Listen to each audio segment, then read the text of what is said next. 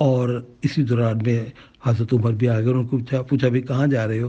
تو حضرت عمر نے کہا بھائی مجھے بڑی بھوک لگی ہے، میں نبی صلی اللہ علیہ وسلم کی طرف جا رہا تھا کہ شاید ان کی طرف سے کچھ کھانے کو مل جائے۔ تو حضرت ابوبکر اور حضرت عمر نبی صلی اللہ علیہ وسلم کے گھر پہ گئے، تو نبی صلی اللہ علیہ وسلم کے گھر میں بھی فاقہ تھا۔ آپ نے کہا کہ چلو ہم چلتے ہیں باہر، تو آپ چلتے چلتے حضرت ایوب انصاری کے گھر پہنچے۔ حضرت ایوب انصاری ماشاءاللہ اچھے کھاتے پیتے تھے۔ انہوں نے جب دیکھا کہ اللہ کے نبی اور اس کے دو خاص ساتھی جو ہے وہ آئے ہیں، تو ان کی بے خوشی کی انتہا نہ رہی۔ انہوں نے جلدی سے بیگم کو کہا کہ بکری کا ایک بچے کو ذبح کرو، خود بندے کو بھیجا اور جلدی سے کھجوروں کے باغ سے کھجوریں لے کر آئے، اور بیوی نے کھانا پکایا۔ نبی اکرم صلی اللہ علیہ وسلم، حضرت ابوبکر صدیق، حضرت عمر کھانے میں بیٹھے تو نبی صلی اللہ علیہ وسلم نے سالن اور روٹی کے اوپر تھوڑا سا سالن ڈال کے کہا کہ میری بیٹی فاطمہ کے کو دے کے آؤ، کیونکہ وہ بھی 2 دن سے فاقے میں ہے۔ تو اندازہ کرے کہ اللہ نے ہمیں کتنی نعمتیں دی ہیں، اور ہم پھر بھی اللہ کا شکر ادا نہیں کرتے۔ اپنی کمائی میں غریبوں کا حصہ نکالتے وقت ہم لوگ سوچ میں پڑ جاتے ہیں۔ تو میرے پیارے بھائیوں بہنوں، بیٹے بیٹیوں، آپ ضرور اللہ کی جو دولت دی ہے اس میں خرچ کریں، کھائیں پئیں، حلال رزق کمائیں، لیکن اس میں غریبوں کا حصہ بھی نکالیں۔ وآخر الدعوانا الحمد للہ رب العالمین۔ السلام علیکم۔